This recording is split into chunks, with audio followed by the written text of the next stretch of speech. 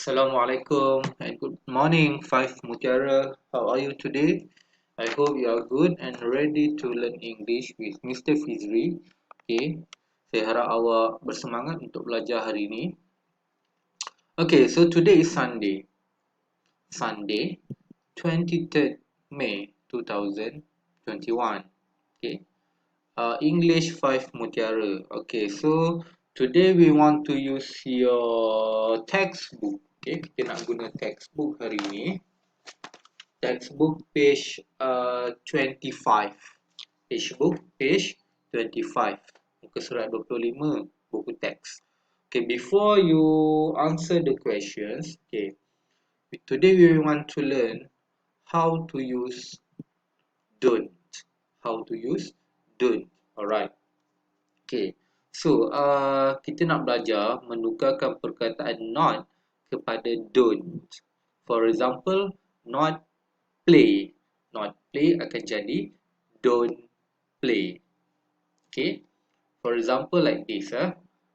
Page 25, exercise number 5, latihan nombor 5. Okay. The example is like this. I don't play football. Okay. So, sebenarnya dia bagi perkataan not play. Not play akan tukar jadi don't play. Okay. Number 1. Okay. We try. Okay, my dad to work by car. Okay, not go.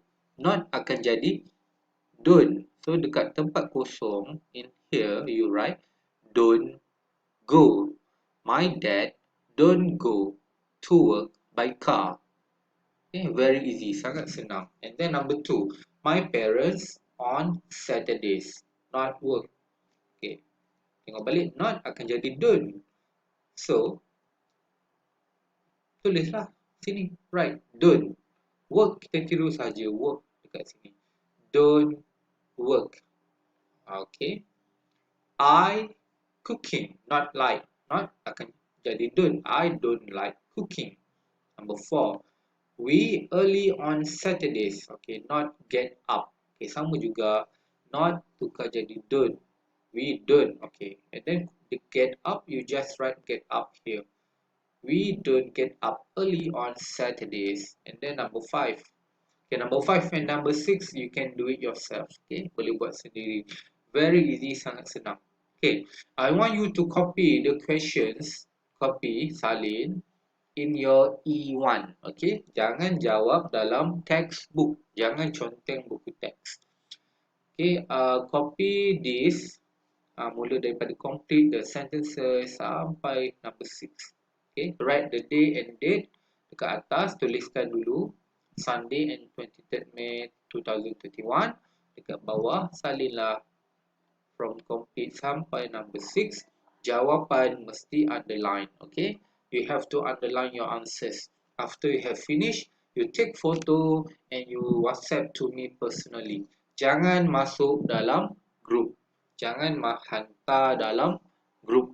Okay, so any questions you can WhatsApp me. Tak faham boleh tanya saya. But this is very easy, sangat senang.